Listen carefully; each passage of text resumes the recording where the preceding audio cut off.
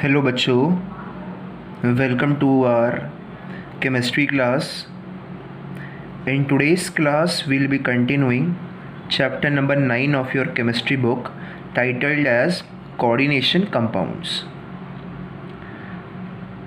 So बच्चों, जैसा कि मैंने आपको प्रीवियस लेक्चर में ही बताया था कि आज का लेक्चर हम स्टार्ट करेंगे विद क्रिस्टल फील्ड थ्योरी. एक बहुत ही अच्छी थ्योरी है.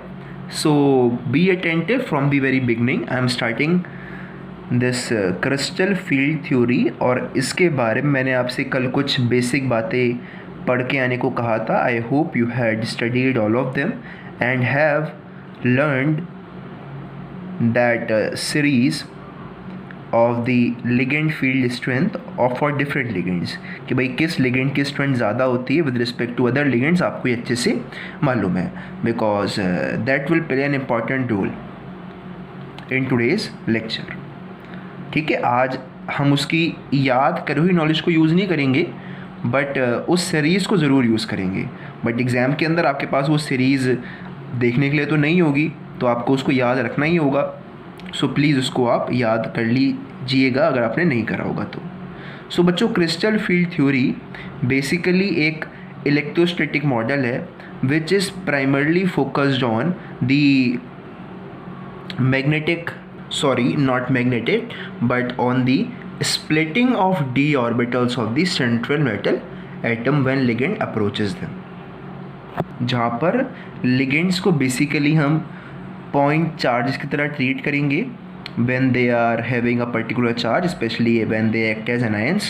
So हम उनको मानेंगे कि वो एक पॉइंट चार्ज है, और जब वो न्यूट्रल लिगेंड्स होंगे तो हम ये मान के चलेंगे कि वो डाइपोल्स हैं जिसके पास एक पोल नेगेटिव एक पोल पॉजिटिव है. और यहाँ पर जैसे कि मैंने आपसे कहा क्या होगा कि जो आपके डी ऑर्बिटल्स हैं वो अलग अलग एनर्जी लेवल्स पर स्प्लिट हो जाएंगे.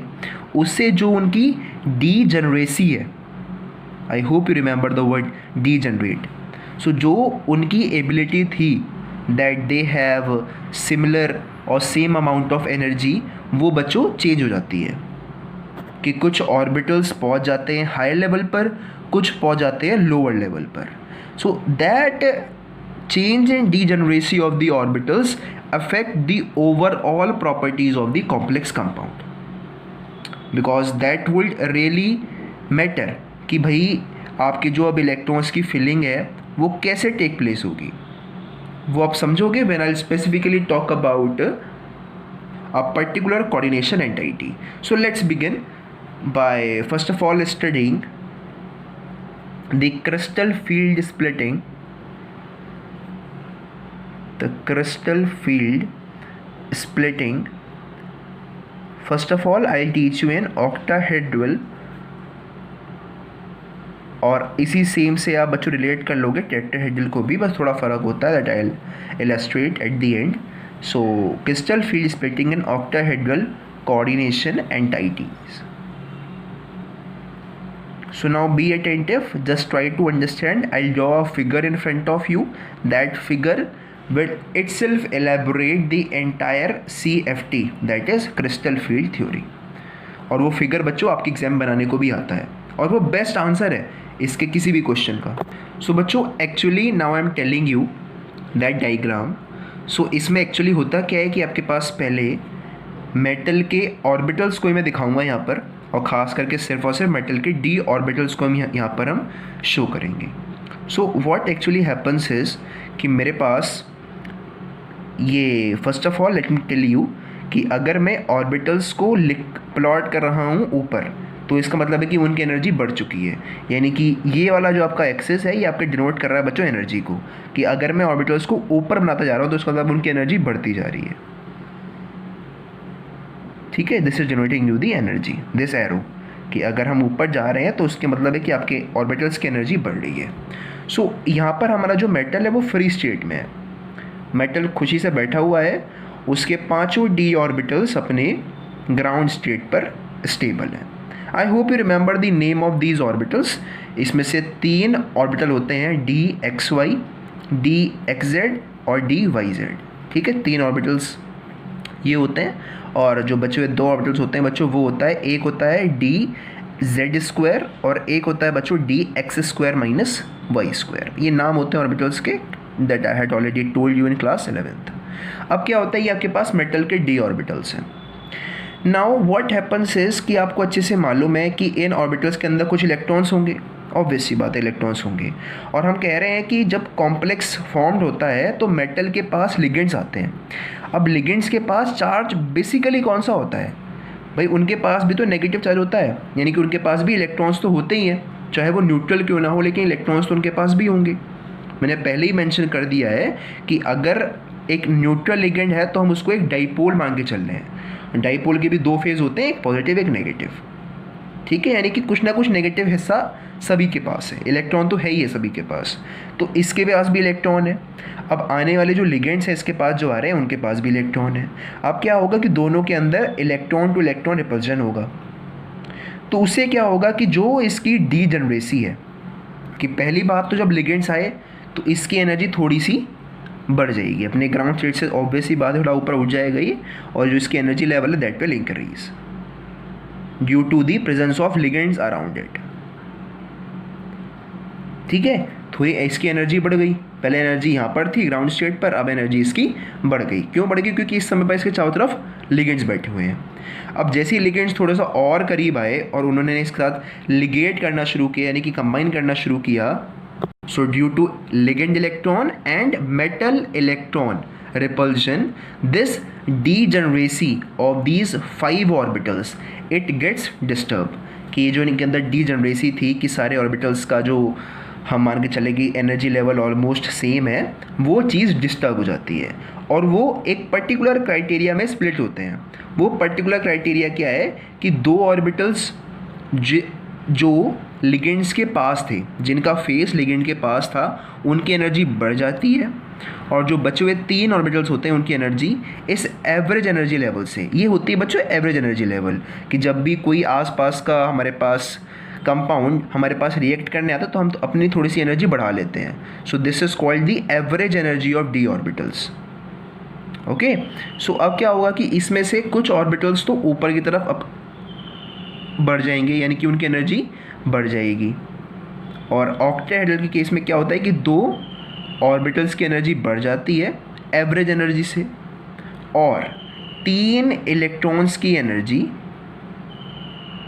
3 ऑर्बिटल्स की एनर्जी सॉरी 3 ऑर्बिटल्स की एनर्जी आपके पास कम हो जाती है।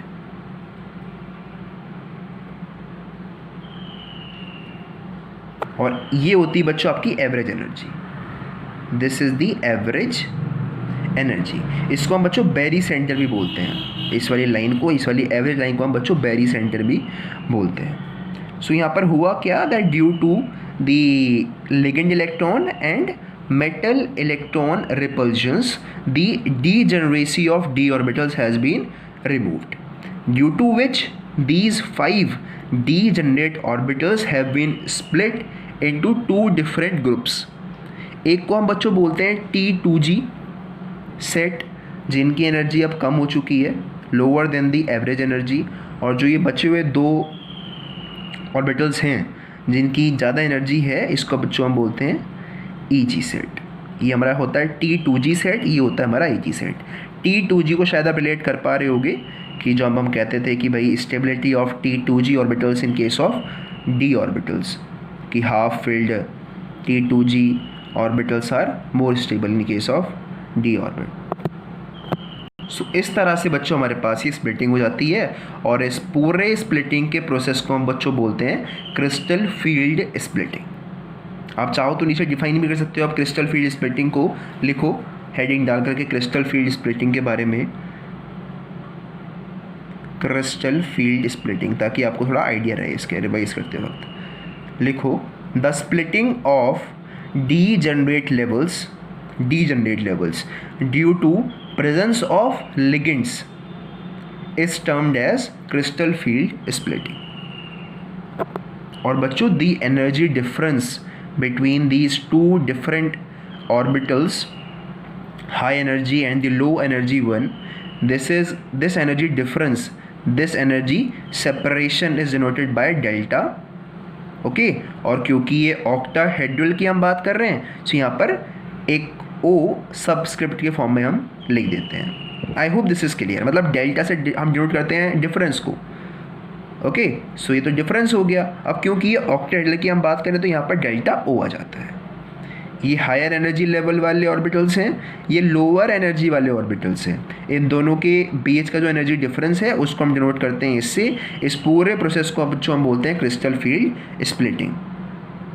और ये एनर्जी डिफरेंस एक बहुत ही इंपॉर्टेंट रोल प्ले करती है, इसको भी हम आगे पढ़ने वाले हैं। सो बच्चों, आई होप कि आपको ये D orbital splitting in octahedral crystal field का डायग्राम अच्छे से क्लियर है। आपके एग्जाम में ये बच्चों बहुत फ्रीक्वेंटली आता है, और अगर आपको ये याद है तो आप इसका किसी भी क्वेश्चन के आंसर को वहाँ पर लिख सकते हो। और ये बच्चों होता है average energy of D orbitals when the ligand is around the metal है। सो इसको आप यहाँ पर एवरेज एनर्जी भी लिख सकते हो ताकि आपको याद रहे, एवरेज एनर्जी। और बच्चों एक पर्टिकुलर डिफरेंस होता है from the barycentre in energy levels का। अगर हम बात करें ऑक्टाहेड्रल की हम बात कर रहे हैं यहाँ पर, सो यहाँ पर जो ईजी सेट होता है इन दो ऑर्बिटल्स का which are basically D Z square and D X square minus Y square orbitals का जो एनर्जी डिफरेंस होता है from the barycentre that is 3/5 magnitude. This difference of energy is 3/5, whereas this energy difference is small from berry center and is 2/5। कि यहाँ पर ये जो EG वाला सेट है ये 60% ऊपर हो जाता है बेरी सेंटर से, और T2G वाला 40% की एनर्जी से कम हो जाता है और एवरेज एनर्जी से। Okay, this is reducing by 40% energy, this is increasing by 60% energy, ये इसका मतलब है। तो बच्चों आपको ये सारा कुछ उस डायग्राम के अंदर दिखाना होता है। तो इस तरह से आपके बच्चों ये डी ऑर्बिटल्स स्प्लिट हो जाते हैं। अब आगे बात करते हैं, जब डी ऑर्बिटल्स हमारे स्प्लिट हो चुके हैं तो इनके अंदर जो इलेक्ट्रॉन्स एंटर करते हैं वो किस स्टाइल में एंटर करते हैं, कि हमें अच्छे से मालूम है कि भाई अकॉर्डिंग टू हुंस रूल कि पहले हमारे इलेक्ट्रॉन उस ऑर्बिट में एंटर करनी चाहिए, उस ऑर्बिटल में एंटर करनी चाहिए जिसकी एनर्जी कम हो। अब तो यहाँ पर तो हमें साफ साफ दिख रहा है कि भाई जो T2G वाले ऑर्बिटल्स हैं इनकी एनर्जी कम है as compare to EG orbitals. But हो सकता है कि जो एनर्जी डिफरेंस है ये बहुत ही कम हो, कि जो डेल्टा O की वैल्यू है बच्चों अगर ये कम हुई तो ऐसा तो पॉसिबल है ना कि 3 इलेक्ट्रॉन्स पहले यहाँ पर फिल हो और चौथा इलेक्ट्रॉन हो सकता है कि EG वाले में एंटर कर जाए। अगर डेल्टा O की वैल्यू छोटी हुई as compare to pairing energy या फिर energy required for pairing of electron, अगर वो ज़्यादा हुआ as compare to this energy difference, तो हो सकता है कि पहले आपके पास जो इलेक्ट्रॉन है वो T2G में एंटर ना करके EG में एंटर कर जाए। I hope you are getting मैं क्या बोलना चाह रहा हूँ। देखो यहाँ पर ये केस क्या है कि एक लाइन के अंदर 2 इलेक्ट्रॉन एंटर कर सकते हैं। मैं इसको दिखा देता हूँ एक बार साफ से बना करके ताकि आपको और रिलेट कर पाओ चीज़ को। ये सिचुएशन है इस समय पर आपके पास कि 5 होते थे ओवरऑल, आपको अच्छे से मालूम है कि ये होते थे बच्चों 5 आपके पास। डायग्राम के अंदर आप ये बना के नहीं आओगे, मैं आपको समझाने के लिए दिखा रहा हूँ बस। 1 2 3 4 5 ये आपके पास होता था डी ऑर्बिटल्स में। अब क्या हुआ कि 2 तो ऊपर पहुँच गए और 3 आपके पास नीचे आ गए, इस तरह से। अब मेरा सवाल आपसे ये है कि जब यहाँ पर इलेक्ट्रॉन्स को आप भरोगे तो कैसे फिल करोगे, कि आप ये तो ऑब्वियस सी बात है कि जो पहले के 3 इलेक्ट्रॉन्स हैं वो तो T2G में ही आएंगे क्योंकि इसकी एनर्जी लेवल कम है इन 2 से, तो 3 तो बच्चों यहाँ पर फिल हो ही जाएंगे। अब एक यहाँ पर हमारे पास सिचुएशन आती है जहाँ पर 2 पॉसिबिलिटीज़ इमर्ज होती हैं। एक पॉसिबिलिटी नंबर 1 क्या है कि अब जो 4th इलेक्ट्रॉन है, जो चौथा इलेक्ट्रॉन है, वो या तो इसमें एंटर करे या फिर वो इलेक्ट्रॉन यहाँ पर पेयरिंग शुरू कर दे। ओके, क्योंकि जो हमारे पास 4th इलेक्ट्रॉन है वो कहीं ना कहीं तो एंटर करेगा, या तो वो इन 2 में पहुँच जाएगा। अब वो डिपेंड करता है 2 अलग अलग चीज़ों पर। वो डिपेंड करता है बच्चों एक तो इस डिफरेंस ऑफ द एनर्जी पर, और दूसरा डिपेंड करता है पेयरिंग एनर्जी पर, that is the energy required for electron pairing in an orbital, उस पर भी डिपेंड करता है। ठीक है, so I take both those parameters और फिर डिस्कस करते हैं कि अगर जो चीज़ ज़्यादा होगी तो उस पर हम बताएंगे वो देख करके कि हाँ भाई इसमें किस तरह की हमारे पास पेयरिंग होने वाली है, कि क्या इलेक्ट्रॉन यहाँ पर एंटर करके पेयरिंग शुरू कर देगा या फिर वो पहले ऑर्बिटल्स में पूरी सिंगली फिल्ड करेगा फिर बाद में पेयरिंग शुरू करेगा। तो यहाँ पर उस केस के लिए मैंने दो टर्म्स को डिफाइन किया है बच्चों। एक तो डेल्टा ओ हो गया आपका which is the energy separation, और दूसरा है बच्चों पेयरिंग एनर्जी, जिसको मैं डिनोट करूँगा कैपिटल पी से। सो आप यहाँ पर लिख सकते हो that to decide whether the fourth electron enters into T2G set or EG set, we consider two energy parameters। क्या क्या है बच्चों वो? पहला है आपका डेल्टा ओ, जिसको बच्चों बोलते हैं एनर्जी सेपरेशन। आई होप आपको याद है, energy separation between the orbitals. और दूसरा आपके पास होता है बच्चों पेयरिंग एनर्जी, कैपिटल पी से डिनोट करते हैं, that is energy required for electron pairing. और ध्यान रखना कि बात हो रही है ऑर्बिटल के केस में। डो नॉट कंसिडर इट कि भाई पेयरिंग की बात हम यहाँ पर कर रहे हैं कि पेयरिंग सेम उसी में शुरू हो जाए, नहीं, पेयरिंग हम ओवरऑल ऑर्बिट की बात कर रहे हैं, पूरे ऑर्बिटल की बात कर रहे हैं। ओके, सो ये दो पैरामीटर्स पर डिपेंड करेगा कि भाई अगर ज़्यादा एनर्जी डिफरेंस है तो वो कम एनर्जी में एंटर कर जाएगा। बट मान लेते हैं कि एनर्जी डिफरेंस कम है, सो हो सकता है कि वो EG में एंटर कर जाए हमारा फोर्थ ऑर्बिटल। तो उसके लिए हम पहला केस रख रहे हैं कि if the energy separation is less than that of the pairing energy, कि जो हमारा एनर्जी डिफरेंस है दोनों ग्रुप्स के बीच में, दोनों सेट्स के बीच में, वो रिलेटिवली कम है, कि कम एनर्जी गैप है। सो ऐसा जब होता है तो बच्चों क्या होता है कि 3 इलेक्ट्रॉन्स पहले यहाँ पर फिल होते हैं, और जो चौथा इलेक्ट्रॉन हमारा होता है वो EG लेवल में ही एंटर कर जाता है। इट्स वेरी क्लियर, क्योंकि एनर्जी डिफरेंस कम है तो उसको यहाँ पर एंटर होने में कोई दिक्कत नहीं होती। सो अगर इस तरह का केस होता है, so what we write is that the fourth electron enters one of the EG orbitals. ठीक है, I hope that this is clear to you. और जिन लिगेंड्स के केस में ऐसा होता है कि जिन लिगेंड्स के रिस्पेक्ट में डेल्टा ओ लेस देन पी होता है, तो उनको बच्चों हम बोलते हैं वीक लिगेंड्स। और वीक लिगेंड्स आप उस टेबल से देख सकते हो, लिख लो इसको भी, अच्छी बात है। Ligands for which energy separation is less than the pairing energy are known as weak ligands, क्योंकि वो ज़्यादा एनर्जी डिफरेंस नहीं बना पाए, ज़्यादा रिपल्जन ऑफर नहीं कर पाए, are known as weak ligands. तो can you give me an example of a weak ligand बच्चों? मैंने आपको कल वो टेबल लिखवाया था, जो सबसे पहला एलिमेंट आप में लिखवाया था, I think so it was iodine और ब्रोमीन, तो वही इसका एग्जाम्पल हो जाएगा वीक लिगेंड का। And such ligands form high spin complexes. अब हाई स्पिन कॉम्प्लेक्सेस क्या होता है ये मैं आपको नहीं बताऊंगा, अगर आपको ढूंढना है अपना आप ढूंढ लो। I will not be telling you that what is a high spin complex. And they form high spin complexes. और वहीं पर अगर हम बात करें बच्चों केस नंबर 2 की, कि अगर हम मान लें कि सेपरेशन, एनर्जी सेपरेशन ज़्यादा है, तो ऑब्वियस सी बात है कि भाई इलेक्ट्रॉन तो उसी में एंटर करेगा ना, उसी ऑर्बिटल में एंटर करेगा जहाँ पर एनर्जी लेवल कम होगा। सो अगर भाई एनर्जी सेपरेशन बहुत ज़्यादा है कि एक तो आपके पास यहाँ पर रखा हुआ है और दूसरा आपके पास यहाँ पर रखा हुआ है, तो इलेक्ट्रॉन इतना ऊपर एनर्जी में नहीं जाएगा, वो यहीं पर फिर पेयरिंग शुरू कर देगा। ओके, तो आप देख सकते हो, if this is more than P then fourth electron enters, और फिर fourth electron starts pairing and enters T2G orbitals। and ligands which show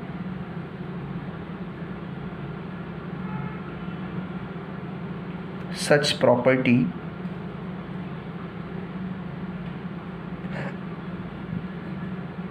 are known as, obvious सी बात है, they are strong ligands.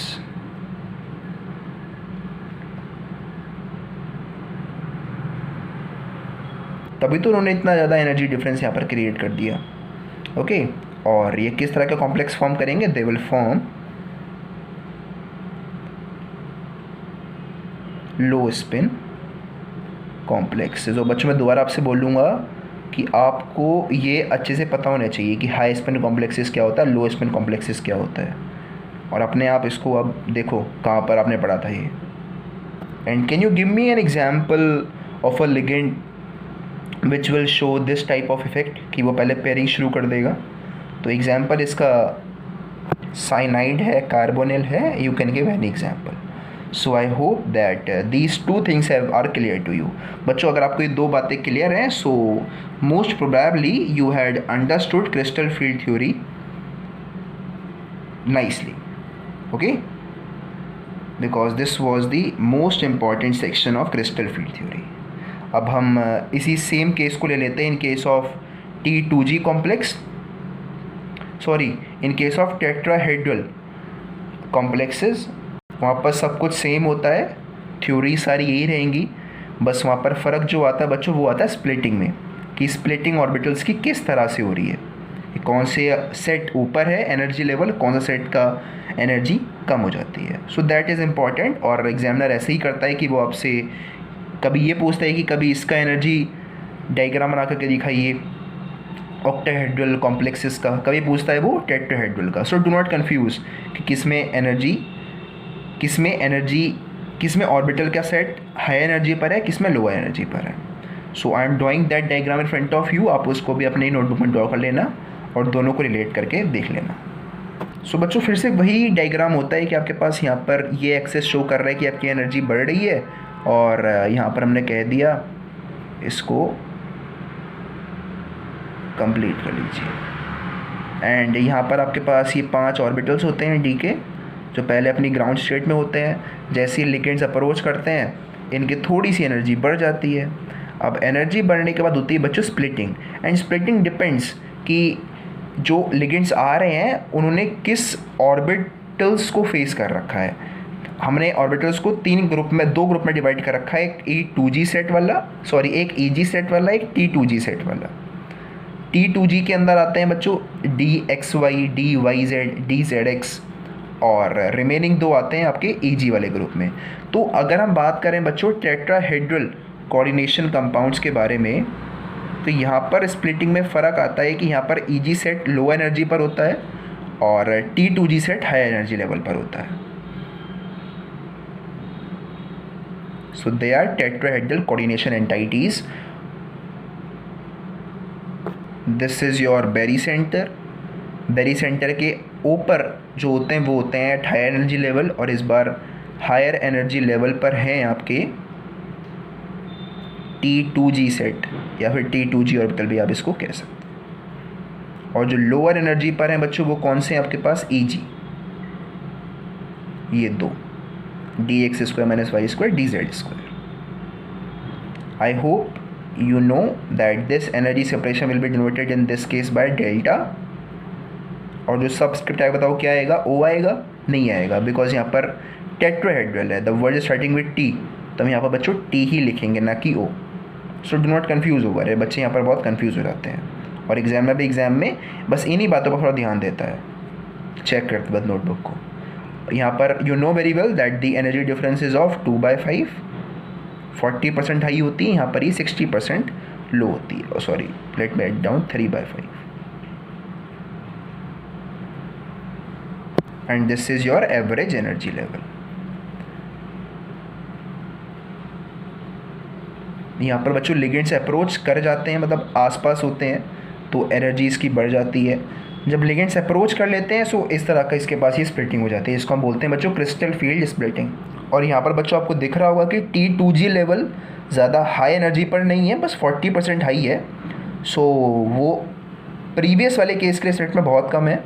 So due to विच कि यहाँ पर आपको बच्चों majorly पहला केस ही देखने को मिलता है जहाँ पर इलेक्ट्रॉन्स आपके T2G वाले में T2G ऑर्बिटल्स के अंदर एंटर कर जाते हैं। बेसिकली हमें यही देखने को यहाँ पर मिलता है। सो बच्चों अब हम आगे चलते हैं और समझ लेते हैं कि how does crystal field theory explains us the colour shown by coordination compounds, कि हमें कैसे समझाती है। वैसे तो आप इसको मैं आपको उसको यहीं पर समझा दूंगा, लेकिन आप उसको खुद अपने वर्ड्स में सकते हो। But again I will repeat कि बच्चों ये डायग्राम्स बहुत इंपॉर्टेंट हैं, इन डायग्राम्स पर बहुत ध्यान देना, ये आपके एग्ज़ाम में आते हैं और ये बेस्ट एक वे है CFT को आंसर करने का। अगर आपको ये डायग्राम समझ में आ गया है यानी कि आपको CFT समझ में आ गई है, क्योंकि जो कलर फॉर्मेशन, जो कलर का प्रेजेंस है इन कोऑर्डिनेशन कंपाउंड्स वो भी इसी स्प्लिटिंग पर बेस्ड है। क्योंकि हमने जब आपको बताया था कि transition metals are mainly coloured, तो वहाँ पर हमने आपको लॉजिक दिया था कि बच्चों होता क्या है कि वहाँ पर d ऑर्बिटल्स, जो d ब्लॉक के अंदर जो एलिमेंट्स होते हैं उनके पास वैकेंट ऑर्बिटल्स होते हैं। अब वो वैकेंट ऑर्बिटल्स क्या करते हैं, जो इलेक्ट्रॉन्स लोअर एनर्जी पर रखे होते हैं they get excited and they jump on to those vacant orbitals, and when these electrons come back to their original ground state, so they lose or they remove energy from them in the form of colors which are visible to us। वही case यहाँ पर भी होता है। देखो यहाँ पर उसने क्या कहा, CFT ने कहा कि यहाँ पर होती है आपकी क्रिस्टल फील्ड स्प्लिटिंग होती है, कि जहाँ पर क्या होता है कि कुछ ऑर्बिटल्स नीचे होते हैं और कुछ ऑर्बिटल्स हायर स्टेट पर होते हैं। तो यहाँ पर भी वही सेम थ्योरी लागू होती है कि जो इलेक्ट्रॉन्स पहले इस लोअर एनर्जी के अंदर रेस्ट कर रहे थे, जब वो एक्साइट होते हैं so they travel on to these higher energy orbitals. Okay, और फिर तो वही चीज़ आती है कि when these electron come back to their ground state they release energy which we notice as colour of these compounds. ये सिंपल सी बच्चों थ्योरी है and which was explain to us by this crystal field theory. Okay, so I hope कि complex compounds coloured क्यों होते हैं वो यहाँ पर आपको क्लियर हो गया है। ओके, और ये भी बहुत ऑब्वियस सी बात है कि क्रिस्टल फील्ड स्प्लिटिंग से पहले हमारे पास जो कंपाउंड होता है वो कलरलेस होता है। कलरलेस इसलिए होता है क्योंकि लिगेंड्स के आने से पहले कोई स्प्लिटिंग होती नहीं इस तरह की, और अगर स्प्लिटिंग होगी नहीं तो इलेक्ट्रॉन्स के पास रास्ता नहीं होता to go to high energy state and then to come back. So therefore वहाँ पर कोई भी कलर एग्जिबिट हमारे कंपाउंड्स नहीं करते। तो जब लिगेंड्स आते हैं तभी हमारे कंपाउंड्स कॉम्प्लेक्सेस फॉर्म होते हैं और वही हमें कलर्स भी शो करते हैं। तो बच्चों अगर आप चाहो एक छोटी सी लाइन डालना रिवाइज करने को डाल सकते हो, that coordination compounds are coloured due to D transition of electrons which occurs due to the splitting of orbitals in the presence of ligands। या फिर आप एक काम और कर सकते हो, to make this sentence more appropriate आप D transition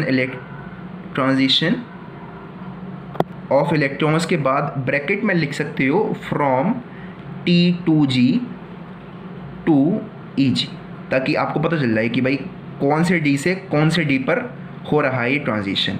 तो ये T2G वाले D ऑर्बिटल्स में से EG वाले ऑर्बिटल्स या फिर उससे उल्टे में इलेक्ट्रॉन्स का ट्रांजिशन आपका होता है, और आपको उसी रीजन की वजह say that I had already stated in the previous chapter colours आपके ये कंपाउंड शो करते हैं। सो नाउ आई एक्सपेक्ट कि आपको बच्चों क्रिस्टल फील्ड थ्योरी ने ये भी समझा दिया है कि what is the reason why coordination compounds are coloured. So बच्चों यही था आपका क्रिस्टल फील्ड थ्योरी के अंदर।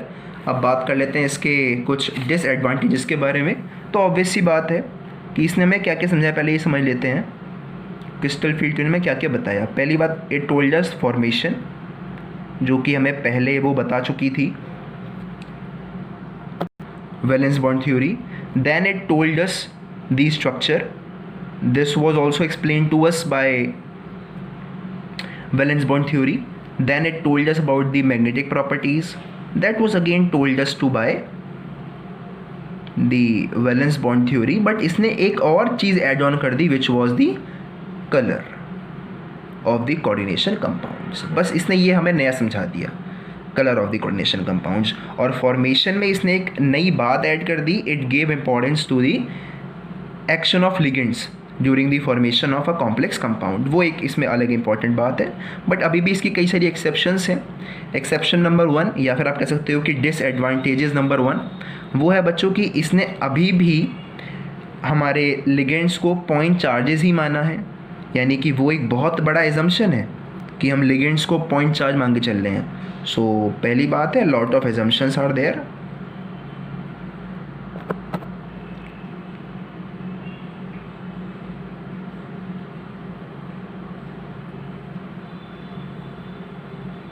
सो this is the disadvantage number 1. Disadvantage number 2, इसने भी कुछ ऐसा हमें नहीं बताया रिगार्डिंग द क्वांटिटेटिव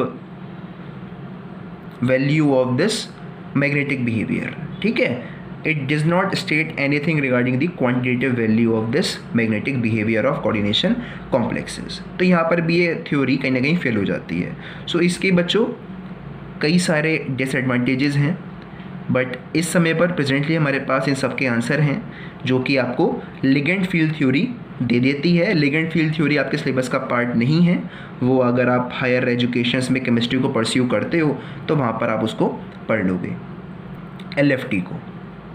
सो बच्चों, नाउ आई होप कि आपको दोनों ही theories, let it be crystal field theory और let it be valence bond theory, दोनों ही थ्योरी अच्छे से क्लियर हैं. दोनों ने क्या क्या सिखाया, क्या क्या नया बताया, उनकी क्या क्या डिसएडवांटेजेस थी. क्योंकि अगर आपको बैकग्राउंड मालूम होगा तो आप उस चीज़ के कंटेक्स्ट के बारे में भी अच्छे से लिख पाओगे, because that is important. So I hope कि आपको ये सारी बातें आज अच्छे से क्लियर हो गई हैं. सो नाउ बच्चों, we had completed CFT crystal field theory. और इसी के साथ आप ये समझ सकते हो कि जो मेजर पोर्शन समझाने वाला था वो ऑलमोस्ट पूरा ख़त्म हो चुका है. अब बस आप ये और समझ लीजिए, बॉन्डिंग इन मेटल कार्बोनाइल्स बहुत ही सिंपल सा है. बस आपने एक डायग्राम देखना है, उसके बाद सारी बातें आपको क्लियर हो जाएगी. आई hope you understand by the meaning, what is the meaning of the word metal carbonyl. इसका मतलब ये है कि आपके पास यहाँ पर क्या है, हम बात कर रहे हैं, एक मेटल है हमारे पास और एक कार्बोनाइल का ग्रुप है, CO का ग्रुप, कार्बोनाइल ग्रुप. उन दोनों के बीच में किस तरह की बॉन्डिंग होती है उसकी यहाँ पर हम बात कर रहे हैं. That's it. इसकी बात हम क्यों कर रहे हैं specifically, because we know very well that carbonyl CO group also act as a ligand. तो ऐसा जब हम करेंगे तो हमें कहीं ना कहीं आइडिया लग जाएगा किस तरह का बॉन्ड एग्जिस्ट करता है between a metal and a ligand. तो इसके अंदर पहले आपने क्या करना है बच्चों, आपको कुछ फिगर्स गिवन है.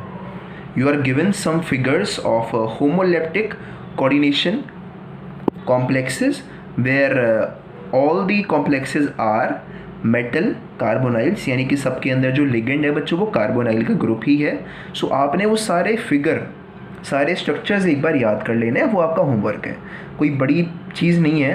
ओके, उनको याद रखना. So you can remember that, क्योंकि हो सकता है क्योंकि वो आपकी NCERT की बुक के अंदर गिवन है, तो आपके एग्जाम में भी वो पूछे जा सकते हैं. So you must pay attention to those figures. Apart from that, what I wanted to show you, the major conceptual part of this section is synergic bonding. अब वो किस तरह की बॉन्डिंग होती है बच्चों, बहुत ही सिंपल होता है.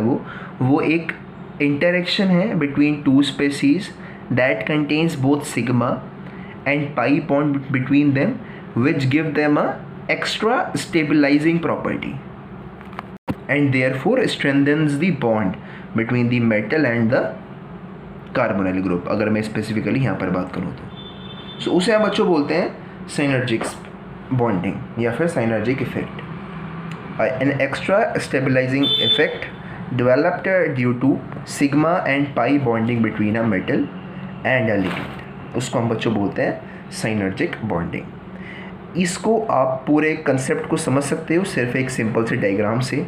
आपको आपकी एनसीईआरटी की बुक के अंदर ये डायग्राम गिवन है कि आपके पास पहले तो उसने दे रखा है एक कार्बोनाइल का ग्रुप है इस तरह से, we all know this is CO carbonyl group, और इसका दे रखा है बच्चों attachment with a central metal atom which is mainly a transition metal. So you know very well कि इसके पास कई सारे वैकेंट ऑर्बिटल्स होते हैं, तो वही बच्चों यहाँ पर भी कुछ वैकेंट होते हैं, कुछ फील्ड होते हैं। तो similar is the case over here, these all are the orbitals. इसके पास भी ऑर्बिटल्स होते हैं, we all know very well. So what actually happens is that there is a bonding between metal and the carbon of this carbonyl group. अब जैसे कि मैंने आपसे कहा कि ये जो बॉन्डिंग होती है इसके अंदर दोनों बॉन्ड्स होते हैं, सिग्मा भी और पाई भी। तो सिग्मा होता है बच्चों first bond form between the any two species. तो मैंने मान लिया कि भाई इस यहाँ पर इसके पास बॉन्डिंग हुई। सो पहला बॉन्ड था बच्चों कार्बन और मेटल के बीच में, so this was a sigma bond. Now these other two bonds will be a pi bond, as simple as that. हो सकता है कि इलेक्ट्रॉन एक एक ये डिनोट करे, हो सकता है यहाँ पर दोनों इलेक्ट्रॉन्स ही ये डोनेट कर दे। Okay, so therefore forming a pi bond, these are all the pi bonds. So this diagram itself makes one understand the concept of synergic bonding. और बच्चों यही है इस बॉन्डिंग इन मेटल कार्बोनाइल के अंदर सबसे इम्पॉर्टेंट है, वो डायग्राम्स आप याद कर लो जो भी आपको ऊपर गिवन है, the structure of metal carbonyls. बहुत ही सिंपल डायग्राम से आप उनको याद रख सकते हो। बच्चों इसके बाद हम बात करते हैं about stability of coordination compounds. तो वो भी एक बहुत ही सिंपल कंसेप्ट है, आपने स्टेबिलिटी कई बार पढ़ रखा है। देखो स्टेबिलिटी डिफाइन होती है, अगर मैं बात करूँ किसी भी कंपाउंड की, बाय इट्स डिसोसिएशन या फिर उसका रेसिप्रोकल एसोसिएशन कांस्टेंट से। कि भाई अगर किसी भी कंपाउंड के अंदर उसका एसोसिएशन कांस्टेंट बहुत ज़्यादा है तो उसका साफ सीधा मतलब है कि भाई बॉन्ड उस कंपाउंड के बीच में बहुत ही स्ट्रॉन्ग है कि वो ब्रेक ही नहीं होना चाहता, उसका फॉर्मेशन की एनर्जी तो बहुत ज़्यादा है, जिसकी वजह से जो उसका डिसोसिएशन कांस्टेंट है यानी कि उसके ब्रेक होने का वैल्यू वो बहुत ही कम हो जाती है, यानी कि the compound is a highly stable compound. और वो बच्चों आपको निकालना अच्छे से आता ही है कि आप कैसे निकालते हो, कि अगर आपको निकालना है stability of a particular compound तो आप उसके प्रोडक्ट के कंसंट्रेशन को डिवाइड कर देते हो उसके रिएक्टेंट के कंसंट्रेशन से, एज सिंपल एज दैट। अब यहाँ पर इन्होंने क्या दिखा रखा है कि एक ही प्रोसेस को, मतलब एक पर्टिकुलर रिएक्शन को ब्रेक कर करके अलग अलग पार्ट्स में दिखा रखा है, फिर उनका इंडिविजुअल स्टेबिलिटी कांस्टेंट निकाल रखा है आपकी एनसीईआरटी की बुक में, और फिर ओवरऑल स्टेबिलिटी कांस्टेंट निकालने के लिए उन सारे इंडिविजुअल स्टेबिलिटी कांस्टेंट्स को मल्टीप्लाई कर रखा है। कुछ नया नहीं कर रखा, वही है बच्चों पुराना जो आप पढ़ते हुए आए हो अभी तक। तो इसके अंदर कुछ नया नहीं है, बट वो चलो फिर भी मैं आपको एक बार लिख करके दिखा देता हूँ कि उसने इस तरह से दे रखा है कि उसने पहले एक मेटल और एक लिगेंड को कंबाइन किया तो उसके पास एक बॉन्ड बन गया, एक कंपाउंड बन गया, इसमें एक मेटल और एक लिगेंड है। उसने क्या कहा, भाई मैं इसमें एक लिगेंड और जोड़ रहा हूँ, मतलब वो ऐसे आगे बढ़ रहा है, स्टेप बाय स्टेप आगे बढ़ रहा है। तो वो कह रहा है भाई मेरे पास 2 लिगेंड हो गए, Ml2 हो गया। फिर वो कह रहा है कि मैंने इसी कंपाउंड के अंदर एक लिगेंड और जोड़ दिया, तो वो कह रहा है भाई मेरे पास Ml3 हो गया। अब इसमें वो कह रहा है मैंने एक और लिगेंड जोड़ दिया, तो ये बच्चों Ml4 हो गया। अब उसने क्या कर रखा है, इसका इंडिविजुअल स्टेबिलिटी कांस्टेंट निकाल रखा है। स्टेबिलिटी का हो, फॉर्मेशन का हो, बात एक है। ओके, सो उसने यहाँ का K1 we know very well concentration of the product divided by concentration of the reactants. ऐसे उसने क्या करा, सबका निकाल लिया, K1 K2 K3 and K4। Okay, ये जब सारे उसने निकाल लिए बच्चों, तो आगे उसने एक नई रिएक्शन डिफाइन करी जहाँ पर उसने कहा कि भाई मैं इंडिविजुअली इन स्टेप्स को ना लेकर के एक ही स्टेप में सारा काम कर दूँ, कि एक मेटल लिया, 4 लिगेंड लिए, एक ही बार में सबको कंबाइन कर दिया, सॉरी 4 लिगेंड्स, L4 थोड़ा ना होगा, Ml4 होगा। 4 लिगेंड्स लिए, so it will give me directly Ml4 the compound over here. तो वो कह रहा है कि जो इसका स्टेबिलिटी कांस्टेंट होगा, मैंने मान लिया भाई बुक में दे रखा है बच्चों बीटा, ठीक है। तो उसने कहा भाई जो बीटा की वैल्यू आएगी that is concentration of Ml4 upon the metal into L की पावर 4, कोएफिशिएंट की पावर हम रेज कर देते हैं। सो वो कह रहा है कि भाई जो बीटा होगा वो होगा product of K1 K2 K3 K4, that's it. ये बहुत ही सिंपल सी बात है जो हमें पता है पहले से। सो ये बच्चों बता रखा है इस पूरे सेक्शन के अंदर। So this you can read yourself from the NCERT book. अब चलते हैं इस चैप्टर के लास्ट सेक्शन पर, which is the importance of coordination compounds. अब बच्चों इम्पॉर्टेंस तो आप खुद भी पढ़ सकते हो, बट इसके अंदर एक दो इम्पॉर्टेंट क्वेश्चंस हैं जो कई बार रिपीट कर रहा है एग्जामिनर। तो मैं चाहता हूँ कि आप उन कुछ इम्पॉर्टेंट पॉइंट्स को under the application of coordination compounds लिख लो, बिकॉज वो बहुत ही फ्रीक्वेंटली पूछा जा रहा है। स्पेशली अगर आप अपनी NCERT बुक आपके पास है तो मैं वहीं पर आपको टिक करवा देता हूँ, यहाँ पर नहीं लिखवा रहा। बच्चों NCERT की बुक में जो सबसे लास्ट इसका यूज़ है, सबसे लास्ट एप्लीकेशन है, वहाँ पर उसने बता रखा है आपको कि लेड पॉइजनिंग में आप कौन सा कॉम्प्लेक्स कंपाउंड यूज़ करते हो, तो उसका नाम आपको पता होना चाहिए। कौन सा कॉम्प्लेक्स कंपाउंड वो है, वो एग्जामिनर पूछ रहा है एग्ज़ाम के अंदर। उसके अलावा आपको एक दो कॉम्प्लेक्सेस के नाम और गिवन है which are used to prevent tumours, not prevent but to stop the growth of tumours, तो उसका नाम आपको पता होना बहुत ज़रूरी है। मतलब ये दो चीज़ें तो ऐसी हैं कि ये आपने याद करनी ही करनी है, क्योंकि जो बाकी इसके एप्लीकेशंस हैं वो तो एक बार आप पढ़ोगे सो हम अपने माइंड में उनको रख सकते हैं, बट बच्चे क्या करते हैं कि इन नामों को, वैसे नाम कौन याद रखता है ऐसे। So that is the reason I am specially telling you कि बच्चों अपने दो नाम याद करने हैं। एक इस वाले कॉम्प्लेक्स का which is use for treatment of lead poisoning, नाम याद रखना है। साथ ही में इस वाले कॉम्प्लेक्स का which is use for the treatment of tumours, उसका नाम आपने बच्चों ये नाम तो आपने याद रखने ही रखने हैं। इसके अलावा बाकी सारे एप्लीकेशंस आप पढ़िए, they all are good applications, you will find them interesting. Okay, और अपने प्रीवियस ईयर पेपर्स में से देखना कि और एप्लीकेशन से किस किस तरह के क्वेश्चन आ रहे हैं, बिकॉज कोऑर्डिनेशन कंपाउंड के एप्लीकेशंस बहुत इंपॉर्टेंस रखते हैं आपके एग्जाम के अंदर। So you must read all of them, और ख़ास करके इन दो पर स्पेशल अटेंशन अपने देनी है। सो बच्चों इसी के साथ हम चैप्टर नंबर 9 और आपकी केमिस्ट्री की पार्ट 1 बुक एंड करते हैं। आई होप कि अभी तक आपको जितना पढ़ाया गया है सब अच्छे से क्लियर है। In case you have any doubt और something you consider has not been taught to you and it wants more attention than has been given, so आप मेरे को बता सकते हो। I'll address that particular topic again. So for today's lecture, that's all. Thank you very much.